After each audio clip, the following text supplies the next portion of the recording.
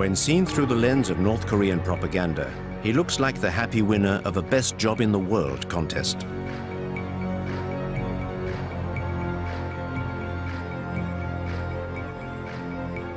Each time he's out in public, he has the air of a man marveling in the discovery of a fabulous country that his parents built just for him.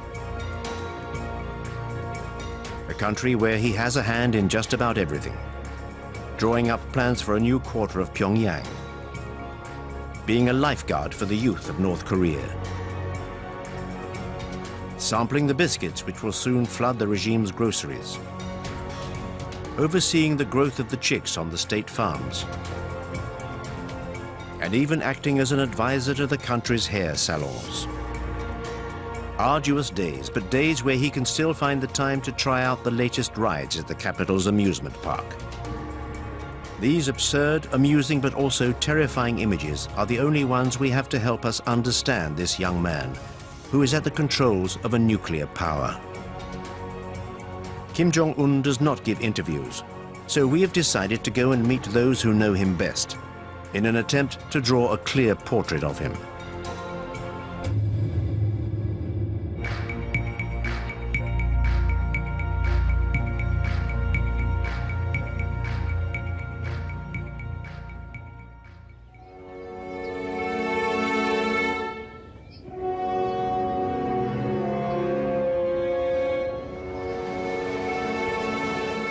Our journey begins in the heart of the Swiss Alps, in Bern, the capital of the Swiss Confederation. This is the home of one of the biggest North Korean communities abroad. It's a discreet community, whose activities have nonetheless attracted the attention of a member of a consortium of investigative journalists.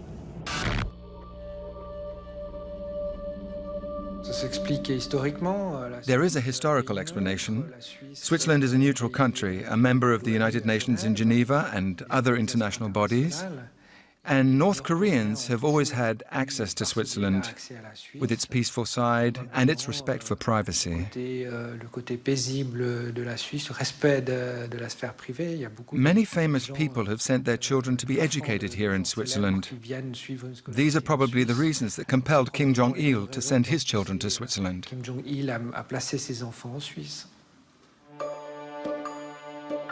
A study of Swiss administrative documents reveals the existence of a Mr. Pak, for whom in 1992 the North Korean embassy in Switzerland requested a visa and a posting to Bern. The visa request bore the names of 3 children, Chol, Hun, and Mi Young. The names were only slightly altered and the birthdays were identical. Mr. Pak's children were in fact those of the North Korean dictator Kim Jong-il.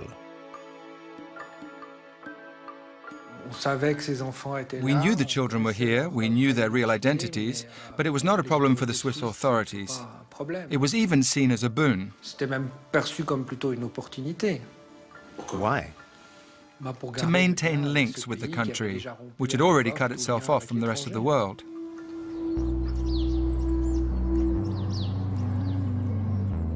The unusual family spent a year living at the embassy in a residential suburb of Bern.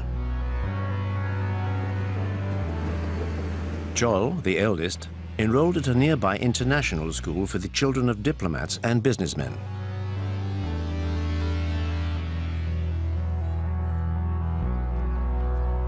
His brother, Hun, joined a state school in the town. He spoke German with his classmates. After a few difficult months, he was said to be a rowdy loner, but he finally made a handful of Swiss friends and settled into school life.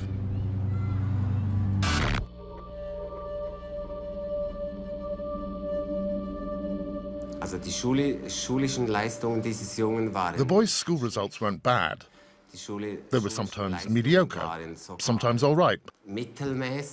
And he was very much into sports. And he was particularly interested in basketball. He was very keen and quite good at it.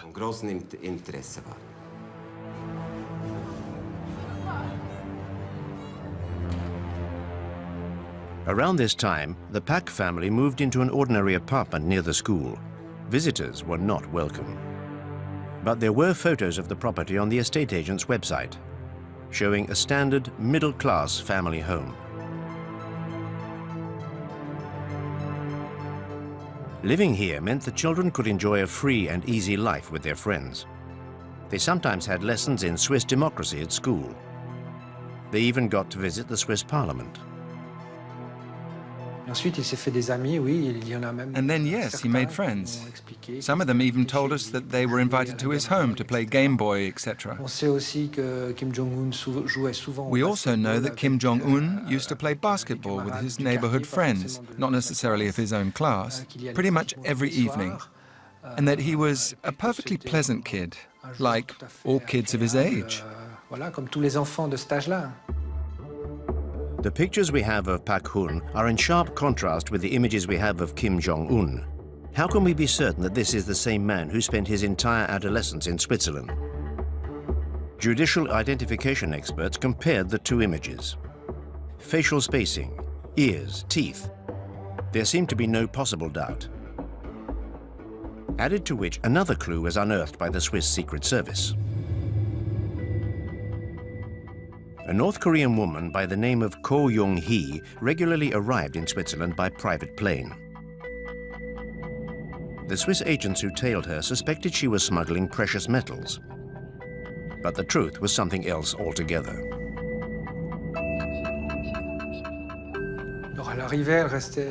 So she would arrive and usually stay 2, 3, or 4 months, and she would stay at the house too. But she would also go off on regular shopping trips in the great capitals of Europe. Or there would be big family get-togethers. I was told about a family reunion which took place in a hotel at Interlaken, for instance, where the family rented out a whole wing of the hotel and met up there.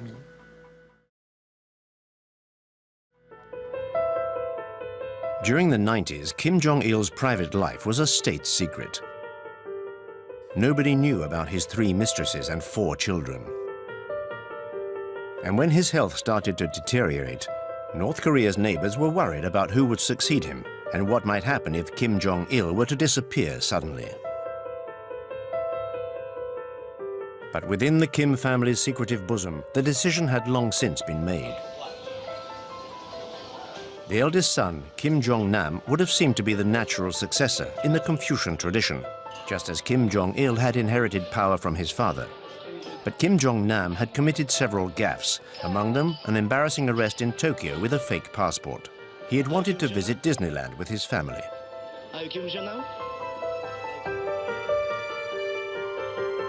The second son, Kim Jong-chol, educated in Switzerland, was considered too soft, even too feminine by his father. Kim Jong-un may well have been the youngest son, but he was also the son of Kim Jong-il's greatest love, Ko Young-hee. The former dancer would play a significant role in the corridors of power.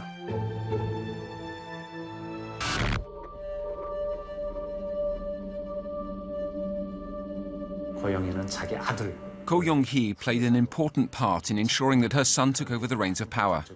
Kim Jong-nam, the eldest son, already had an important role in the country's hierarchy, with an elevated position at the General Bureau of Data Processing, where he specialized in communication networks. But since Kim Jong-un took control, Kim Jong-nam has found himself in an awkward position. He can no longer return to North Korea.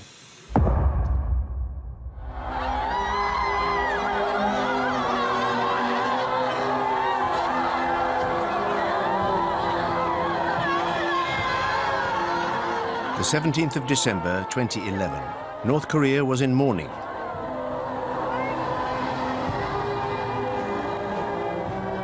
Kim Jong-il, the shining sun of the 21st century, had died just a few days before. It was time for the propaganda machine to set up the funeral scene. The funeral would also be the confirmation of the youngest son's accession, which had been confirmed to North Korea and the rest of the world a year earlier.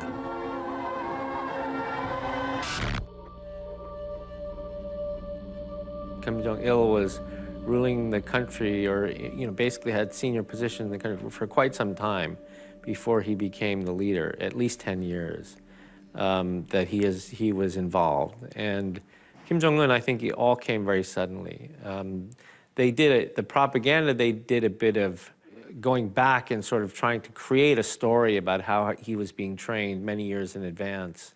But that wasn't the case at all. I mean, the fact of the matter was that his father had the first stroke, and that's when they started becoming concerned about succession, and then he died quite suddenly. And I think the young fellow was not ready. There was a plan, I think, to have him become the next leader, but I imagine they were thinking 5, 10 years, not 1 year. And so, you know, I think it was very clear from the funeral and everything, you know, the way he looked and the way he was behaving, that he was in shock and not really ready to take over.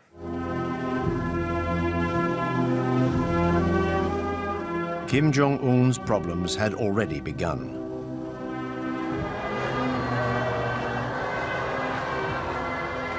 Did the aging generals gathered around his father's coffin see such a young leader in a favorable light? Kim Il-sung, the founder of the nation, staked his claim by leading the anti-Japanese guerrilla army during the Second World War. Kim Jong-il was the regime's second in command for 15 years or so, and then assumed power after 50 years. Kim Jong-un, however, was a mere 26 years old with no experience and no reputation to precede him. So in order to keep his grip on the reins of power, he embarked on a monstrous purge. The regime needed to be represented by a whole new generation. 북한의 worst period를 겪고 Today, Kim Jong-un needs to connect with people who remember the great famine from their childhood. 나라를 이끌어가야 되는 그런 지금 처지에 있죠. I believe it will be harder to maintain solidarity between the elite and the leader than it was for the two previous regimes. 응집력이라고 할까요? 유대 관계가 Things could be rather fraught, and so the power structure will be built on a foundation of differing interests and terror. 그다음에 이제 공포에 의한. You know, I think that there probably is a lot of internal churn there, because what seemed to be clear is that after Kim Jong-un did take power, he was trying to move some of the business concessions and the political power in the military that his father put there, right? His father believed in so-called military-first politics, and move it over to the party, or at least balance out the party and the military. All of the generals that were with Kim Jong-un by the hearse of his father in the funeral procession are all gone. None of them are left. And so very clearly he's wiped out a group and is trying to bring in a new group. The most prominent victim of the purge was just behind him during the funeral. His uncle, Jang Song-taek, married to Kim Jong-il's sister. Since the 70s, this member by marriage of the family had been at the very heart of power. His brothers were powerful generals. He himself had held a number of key posts in the armed forces and the economy. When Kim Jong-il's health first started to become a cause for concern, his name was mentioned as a potential successor, or at least as a regent to the dictator's young son. 2 years after coming to power, Kim Jong-un decided that his apprenticeship was over and had his uncle executed, along with most of his closest relatives. 굉장히 유능하고 For us, Jang Sang-tak was a very competent man. 자기 I worked with him. 부하들 잘 챙기고 He was funny and kind to his subordinates. 업무 He took good care of us and worked hard. 이었죠. Certainly the news of his arrest and then his execution were quite surprising to many of us who study this country. But I think what was the most surprising was the written statement that came out explaining why he had been killed. You know, in the past in North Korea, when these sorts of things happen, they happen very quietly. It's a car accident or it's a sickness, and there's really not much explanation given. But in this case, you know, a very clear explanation, in many ways exposing vulnerabilities inside of North Korea. The charge sheet accused Jang Sang-taek of wanting to overthrow the regime. This was a tacit admission of a struggle at the heart of the power structure. He was also accused of being an unfaithful husband and a corrupt communist. And rumors of his fondness for young girls were confirmed by the official press.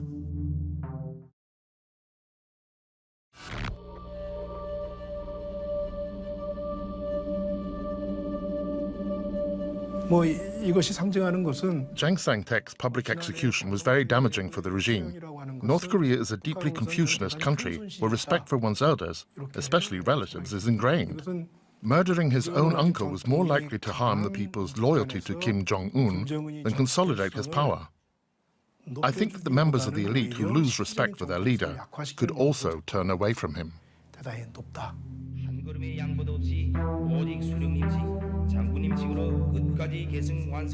In order for his accession to power to succeed, Kim Jong-un decided to use terror to subdue the regime's old guard.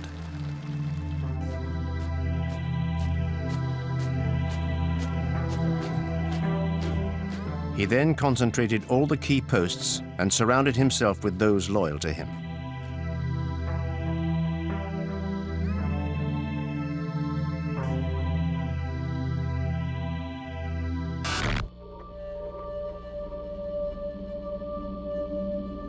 I think that Kim Jong-un is in charge. I don't think that there are puppets behind him because I think the system is designed to only have one person in charge. And so, and everybody must demonstrate their personal loyalty to him in order to survive.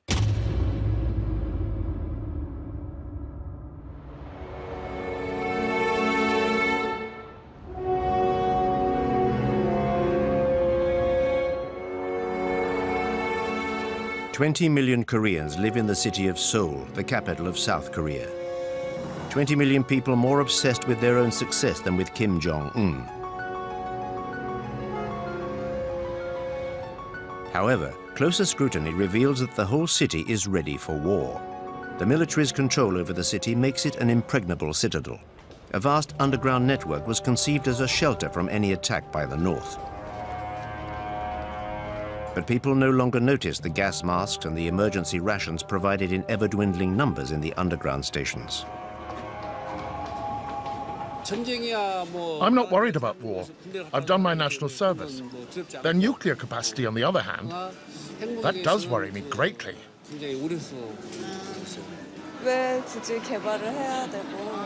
I don't understand why he wants to develop nuclear weapons. To blackmail us? To threaten us? To get something out of us? Or just for his own personal glory?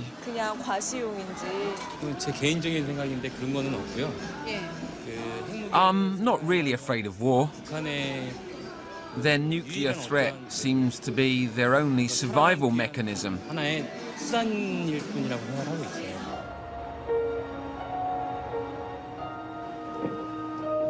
The North Korean border is only 30 kilometers away.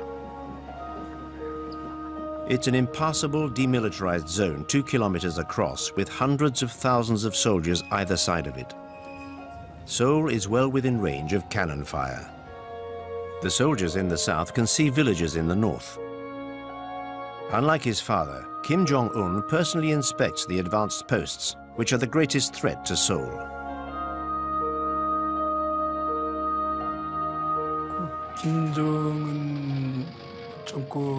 The main difference that was felt in the early days of the Kim Jong-un era was that he seemed much more belligerent and hostile than Kim Jong-il. This was particularly noticeable in his military policy. It was very public. He didn't try to hide it. He stressed the importance of operations designed for a potential confrontation with South Korea. He increasingly put his armed forces on a war footing. This approach was illustrated by the training and exercises that the North Koreans were subjected to.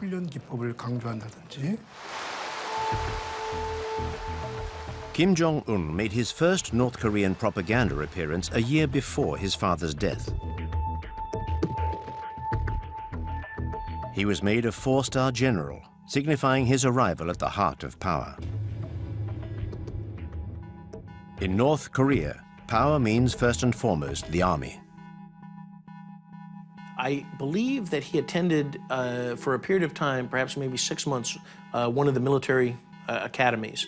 They have given him some titles, and of course, he, you know, the way that they're creating the myth is that he planned the Cheonan sinking and the shelling of YP-do. So I don't believe he has any credible military experience, but I think that they are trying to create that myth.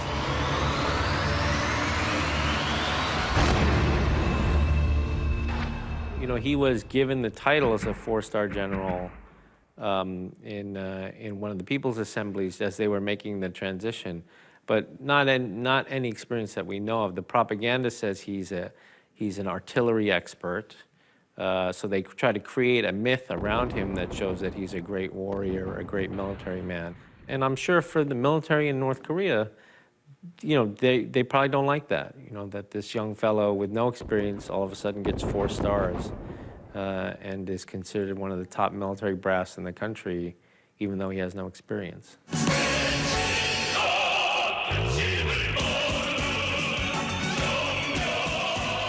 The North Korean army consists of over 1 million men and 6 million reservists. Morale-boosting inspections of all units is a daily obligation for the great leader.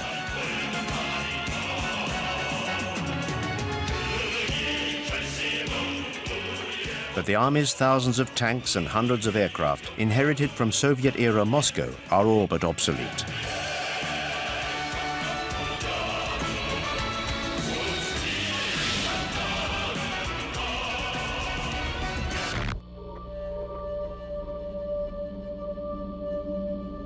Pyongyang, and so 90 miles, 20 miles to the border with the DMZ, you don't need such conventional, sophisticated weaponry. You need the manpower, the multiple rocket launchers.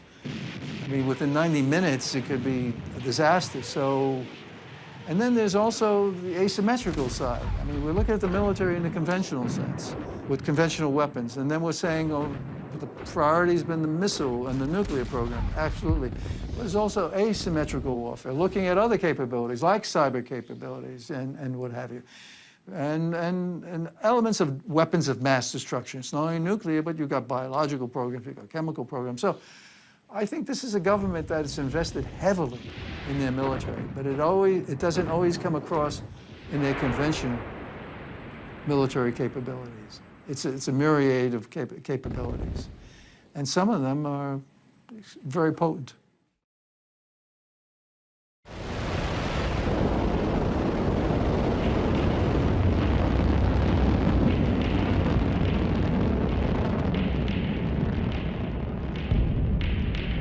I mean, we all have to care about North Korea.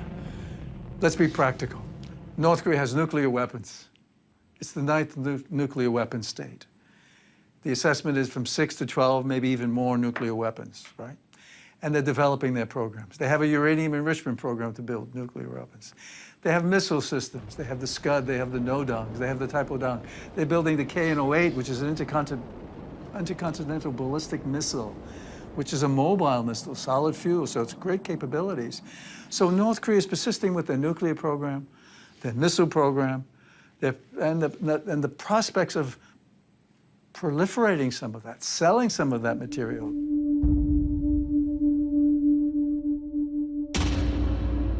Kim Jong-il's nuclear program was his grand project.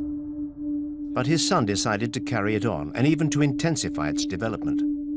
While its conventional arsenal was not up to the job of fighting its enemies, the atomic bomb became a North Korean obsession. Despite international objections, a huge amount of resources was poured into the project. Pyongyang believed that owning the atom bomb was the only way the regime could survive.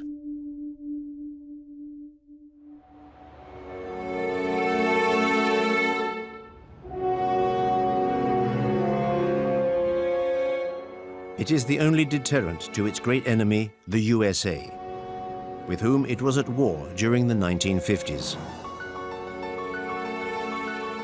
Washington perfectly well understands the relationship between the superpower and the small Asian country. The memorial to the Korean War is just a few blocks away from the White House. Since the 1953 ceasefire, the American government has kept a close eye on the Korean crisis. 30,000 soldiers are still stationed on the south side of the demilitarized zone. Crises and crisis management scenarios are constantly being re-evaluated. This show of strength is seen by Pyongyang as a direct threat to its survival.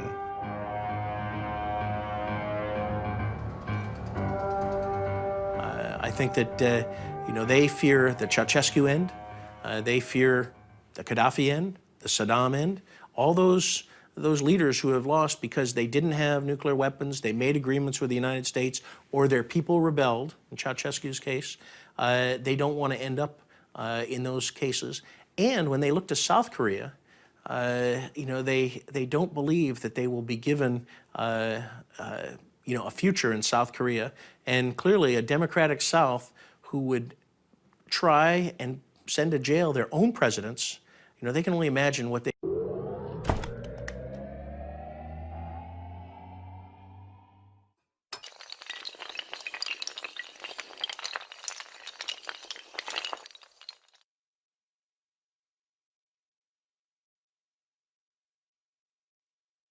they would do to North Koreans, you know, to the regime, given the atrocities and crimes against humanity that they've committed.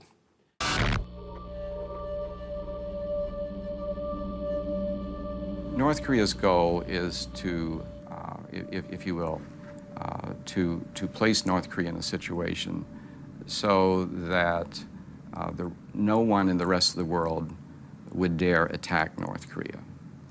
Having said that, while the media today has tremendous focus on this question, can North Korean missiles reach Alaska or California or wherever, in reality, North Korea today has the capability of transferring weapons of mass destruction anywhere in the world through its trading companies, their affiliates, and a very sophisticated shipping network. So North Korea already has the ability worldwide to deliver WMD anywhere. North Korea is already a nuclear threat. But it has also been developing some of the world's most powerful cyber warfare units.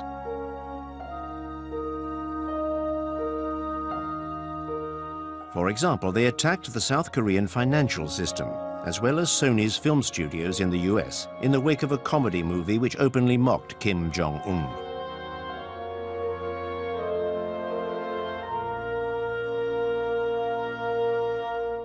You know, many of us who have negotiated with North Korea, and I'm certainly one of them, I have great respect for their capabilities.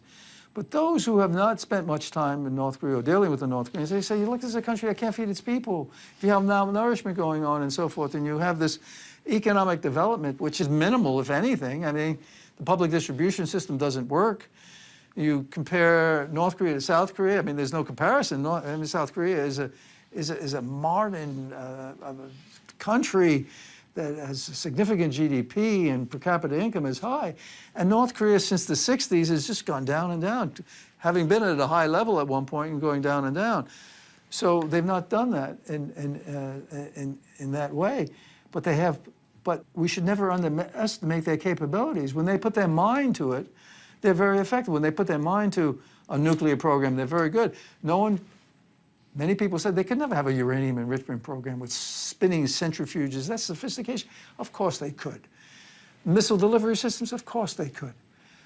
You mentioned cyber. I'm of the school, yes. If they put their mind to it, they don't need an internet system per se. They need people who are focusing on cyber technologies, the tools necessary and how you do that and so forth. And they're very good when they put their mind to it. So I have high respect for the North Koreans when they focus their attention and put the resources behind it on capabilities, building capabilities.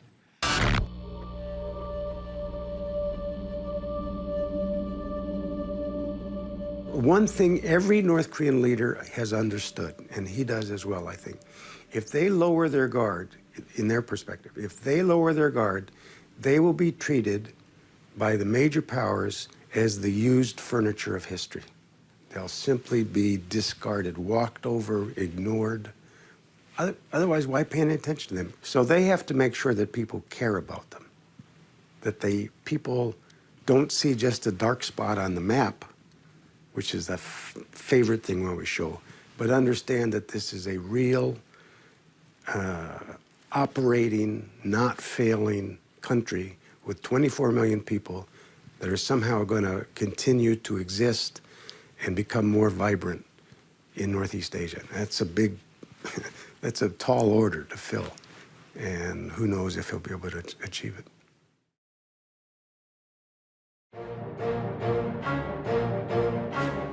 In order to maintain his grip on power, Kim Jong-un decided to fight a war on two fronts.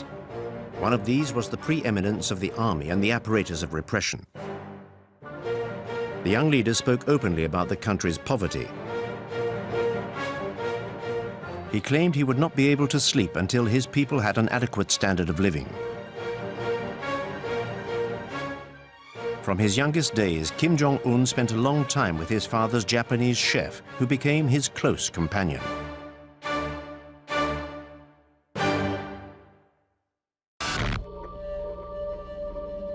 The Japanese chef recalls the future dictator's innermost nocturnal thoughts.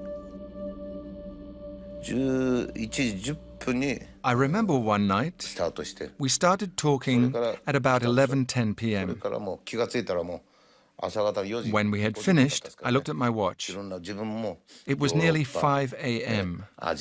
We spoke of many things. He told me, I've been to Europe, to Asia, to Japan several times.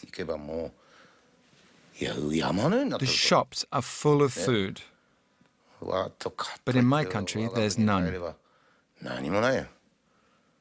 Something should be done.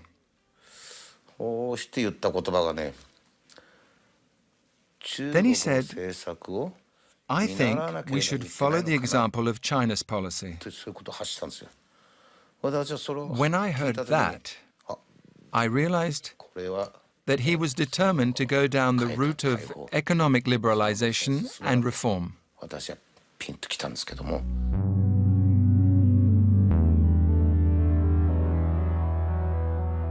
Every day, propaganda portrays Kim Jong-un as the great orchestrator of the renaissance of North Korea's agriculture and economy.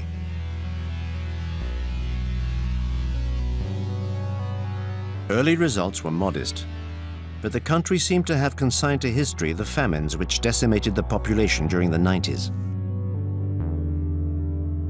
You know, in his first speech in April 2012, I got the impression that one of his main goals was to convince his own people and the rest of the world that this was, in one sense, a new North Korea.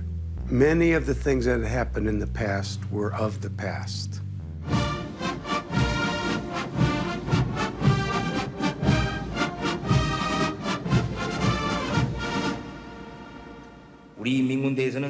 Our People's Army must be the embodiment of our great general's slogan, help the people. The People's Army soldiers and officers do more for the people than they would do for their own families.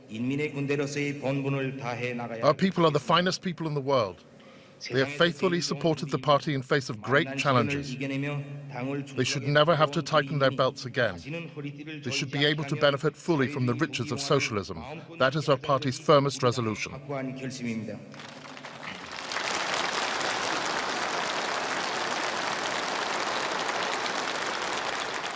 His focus is on the future.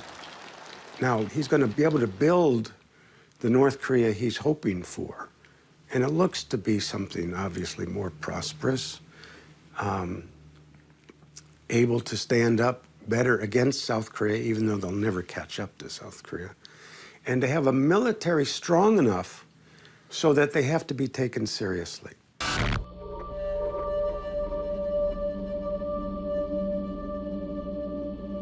많이 어렵진 않아요. North Koreans do not live in abject poverty like they once did. We no longer have absolute famine. We now live relatively well. There's just a gap between rich and poor. But there is no longer extreme penury. You may see awful images of starving North Koreans, but that was 10 to 15 years ago. It isn't the case nowadays. North Korea is churning internally as we speak. There are amazing changes occurring within that country. Kim Jong-un is allowing an unprecedented number of people to leave the country, to learn about the basics of business, to learn about international economics, to learn about how to transition from a controlled economy to a market economy. Now, this is remarkable that he is allowing this sort of situation to occur. North Koreans are now able to go to Singapore to learn about the basics of business. North Koreans go to Hong Kong, they go to Vietnam. As we speak, there are North Koreans in Canada learning about international economics. And at the same time, North Korea is actually allowing a certain number of people, including some from Singapore, to go into North Korea and to discuss the basics of business. So this is a different day, a different world, and it is impossible at this point in time to ascertain what this will mean and what the consequences will be.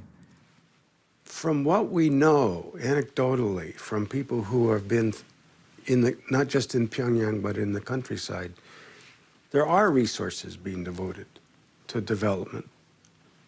Housing, infrastructure, some extent food, maybe in the agriculture area, it looks as if there's some reforms or changes that are could lead to increased harvest. None of these things at this point are real big, and anybody in North Korea who's implementing them probably is a little bit worried that they might get reversed, because it's not yet clear that they've been completely and totally endorsed from the top. But there's a cumulative effect. A new economy for a political beast born of the Cold War. Just like when China's Deng Xiaoping opened the country for business while playing father of the nation.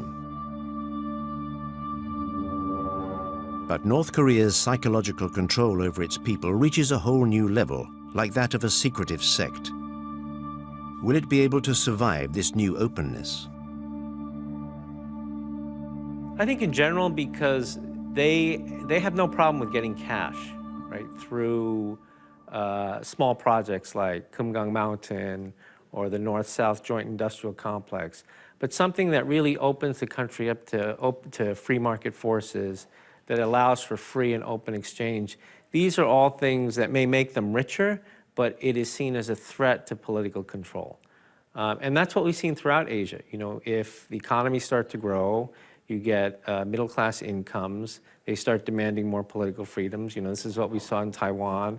It's what we saw in South Korea. We've seen this throughout history in Asia, and I think they're very threatened by that. So they're not willing to take the big steps in terms of economic reform, even though this young fellow spent some time in Switzerland, right, was educated in the West. You know, I think for exactly that reason, he understands the threats that come with trying to open up too much.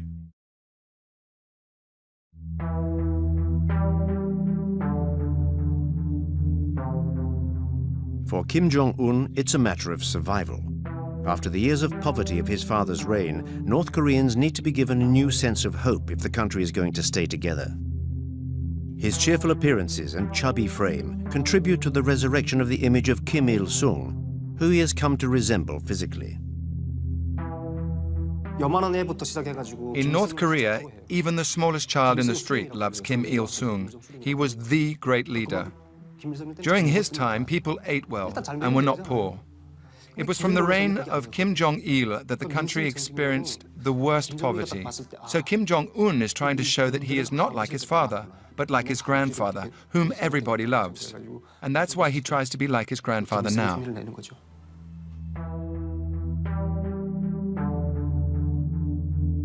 Grandfather Kim Il-sung, the revered founder of North Korea, is still the official eternal president of the country. At times during his reign, its development was faster than that of South Korea, thanks to the unconditional support of the Kremlin. But when the Soviet bloc fell, Pyongyang had to change its tune. Its economy fell apart, and under Kim Jong-il's rule, the country endured the Great Famine.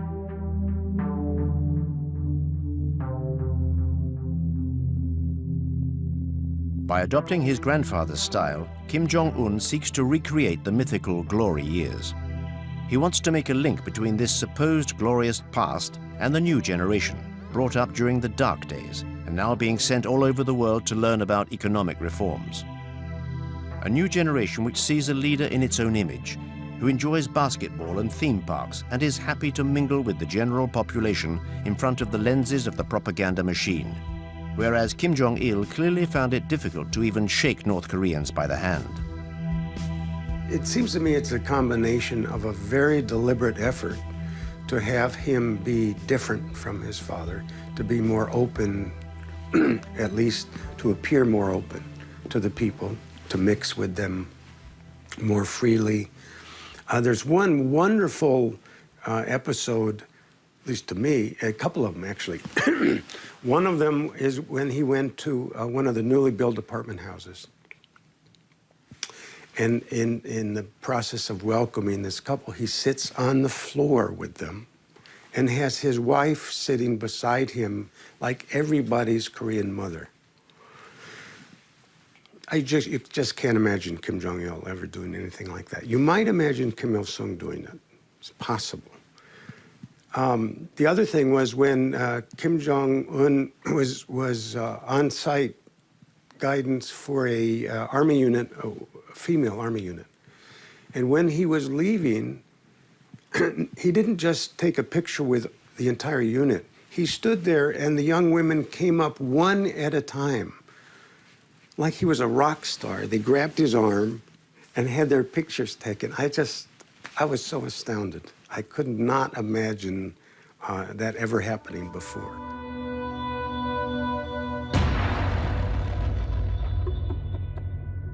Something that seemed equally unimaginable was to hear Kim Jong-il's voice.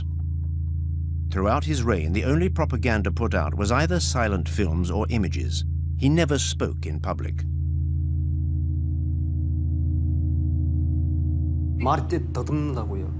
Kim Jong-il couldn't speak.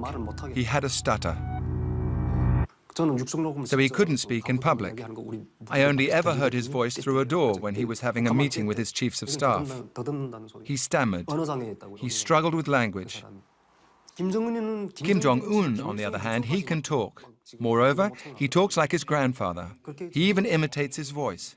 So in the beginning, it was even said that Kim Il-sung had been resurrected. It had become like an actor's job to recreate his image.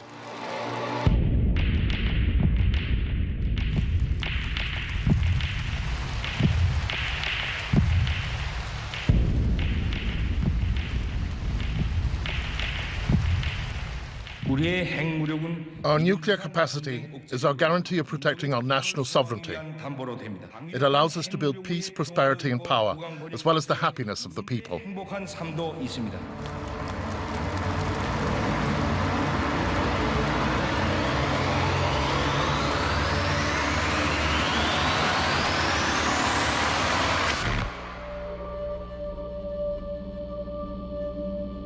세대가 좀 달라 보입니다. 김정일과 There is a generational difference, for one thing. 아무래도 외국 유학을 했고 In my eyes, Kim Jong-un and Kim Jong-il have different styles. Kim Jong-un studied abroad, so would have a closer understanding of international criteria. Therefore, he seems more normal than Kim Jong-il, who had too many wives and wanted to keep his family, especially his sons, hidden. Kim Jong-un will not be like his father. So I think he's trying to demonstrate that he has a relatively normal presidential style.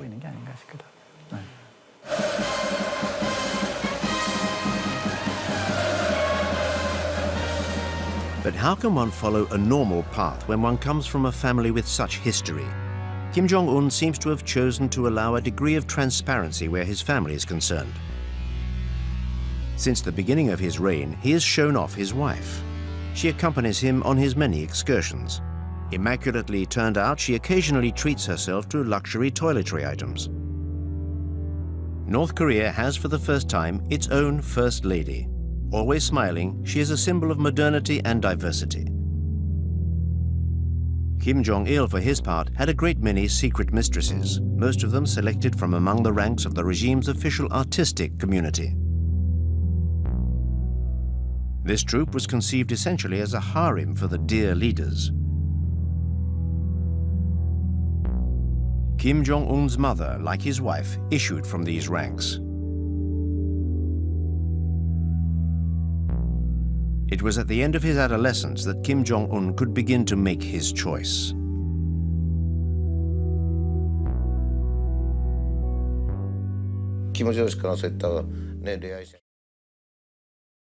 Kim Jong-un was never forbidden from going out with girls, but he just wasn't interested. He was just interested in sports. He was always playing basketball. But one day, I felt relieved. That day, amongst the pleasure brigade, there was a buxom young lady. Kim Jong-un called me over and said, "Fujimoto, look at those puppies." I was so relieved to hear him say that. I told myself, he's a lad, and everything's going to be fine.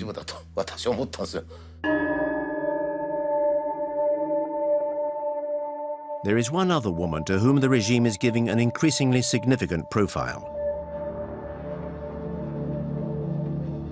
She was seen behind Kim Jong-un during his father's funeral, although the propagandists never named this young woman in mourning. She's the dictator's younger sister, Kim Yo-jong.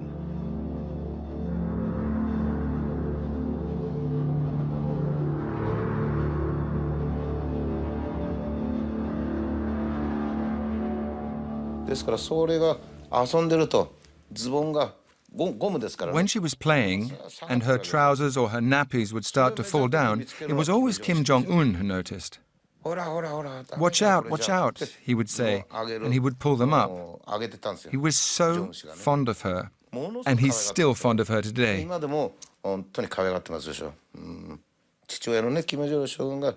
Kim Jong-il was equally fond of his little sister. So he's doing exactly what his father did, just the same. What's interesting is the strong women he surrounds himself with. There was a picture of him when he opened one of the fun parks. He's walking, not only got his wife, he had his aunt, Kim Jong-il's sister. He had his father's last consort, who was apparently a very strong woman. I can't remember if there was one or two more. So it's not completely a patriarchal system there, it seems to me. I guess he's listening to women as well. Kim Jong-un is grooming his sister for succession in case any crisis like a health issue should befall the regime.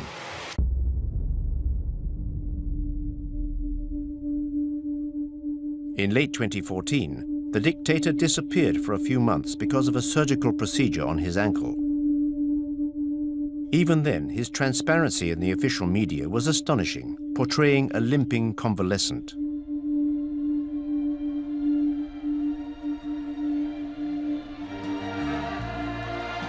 This remarkable contrast with the image of a living god so commonplace in Korea's daily life almost seems to embarrass even him. Just like when the soldiers he is visiting seem to be completely irrationally magnetized by his presence.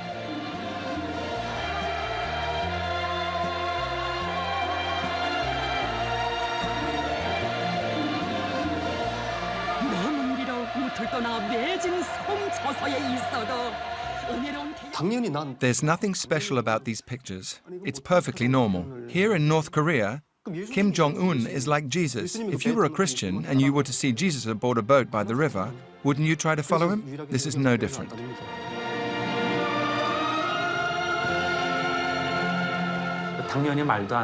Clearly, it's all very far-fetched. The great leader who can make grenades from pine cones, the great leader who can move at supernatural speed, even the weather is linked to his greatness. Every song sings his praises. You can't take it all too seriously. But brainwashing is very dangerous. When people are constantly exposed to songs, videos, and moving or even grandiose stories, they start to believe them. It's what's called mass psychology.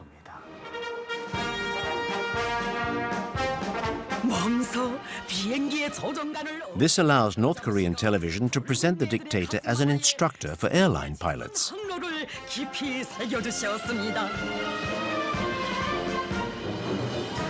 This scenario may appear ridiculous to an expert, but it's part and parcel of the regime's tenor. One question springs to mind when watching these images. To what extent does the main actor believe in the play? And to what extent has this fever-pitch propaganda influenced Kim Jong-un's persona? You see humanity in the man smiling and reaching out to the people and engaging. And then you say, my God, how could you do that to your own people? How could you have been so brutal to your own uncle? How does that come together? But this is what we're looking at. We're seeing a leader who is, and that's why people say he has not been that rational an actor. On one hand, you see the humanity in the man, the charisma. And the other hand, you see the brutality. And you're saying, what do we have here?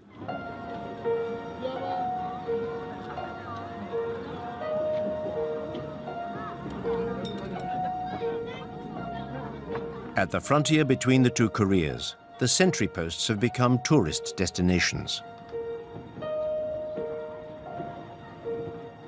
South Koreans come here for a family outing on Sundays to take a look at these vestiges of the separation between the two countries.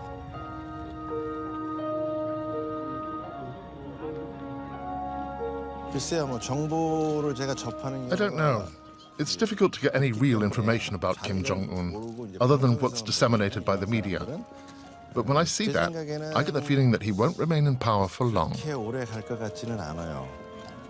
Even Germany reunified, and Korea is only a tiny little country, yet we remain separated. For Korea to be powerful and prosperous, I believe it needs to be reunified. Kim Jong-un, his demeanor worries me. I think he's too young. He comes across as more aggressive and unstable because he's young. I think he's a very dangerous man.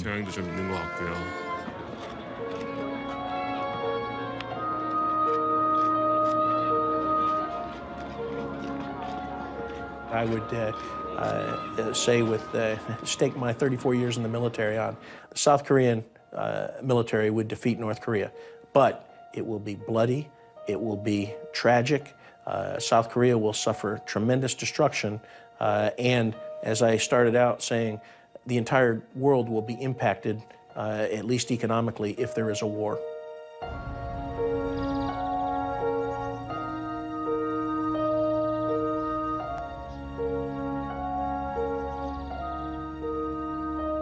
Could this final frontier of the Cold War possibly fall? For many Koreans, the question is now irrelevant. Personal and family connections have all but vanished after 60 years of separation. 60 years of watching the Kim family show in Pyongyang. A soap opera which holds the keys to the future of the Korean peninsula.